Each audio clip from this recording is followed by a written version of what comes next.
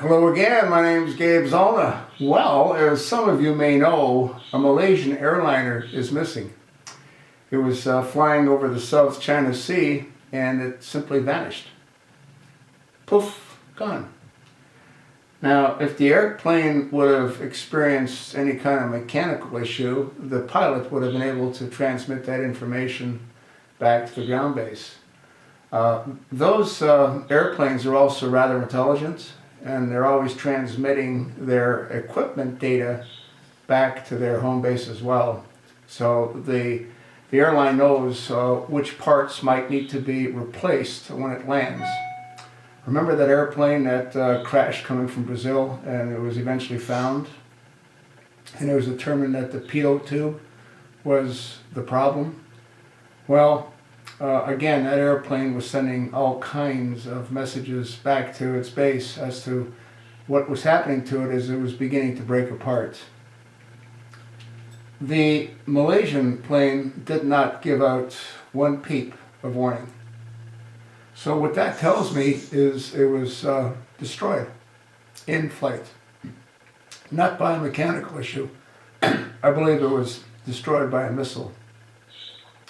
When Barack Hussein Obama attacked Libya and he was able to defeat Gaddafi's forces by using our military to do so, what ended up happening is Gaddafi had the largest collection of manpads, which are ground-to-air missiles that are designed to take down aircraft. And they estimate that he had between 15 and 20,000 of these, and guess what? They all disappeared, or the majority of them disappeared. And the speculation is that they were taken by the enemies of the United States. Okay, so follow the logic here.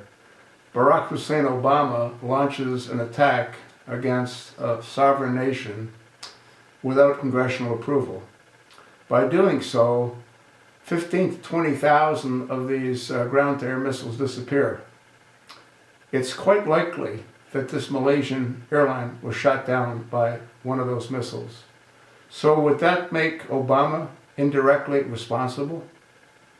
I gotta believe in a normal court of law that would in fact be the case.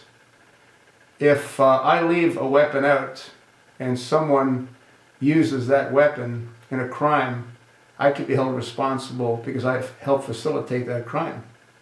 No different than if it's proven that this airliner was shot down, and that's the only thing that makes any sense, is it was shot down. Because if it wouldn't have been shot down, there would have been ample time for the pilots to send it some kind of a distress signal.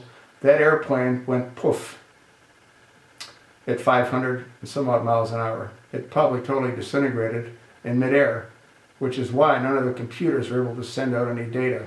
But I gotta believe eventually they'll find certain aspects, maybe even the black boxes. We'll see. It took, about a year and a half before that other flight from Brazil was actually located. They'll find this one as well. Once again, if it was proven that it was shot down by a missile, and if the connection leads back to Al-Qaeda or some other radical extremist group that Obama provided these weapons to indirectly, should he be held accountable? Absolutely. Will he? Probably not. He's the Teflon Don. Nothing has stuck to him yet. 200 people vanished. They were obliterated. It never would have happened if it wasn't for Barack Hussein Obama. That's what I believe to be true. We'll see. I told you what I think. So what do you think?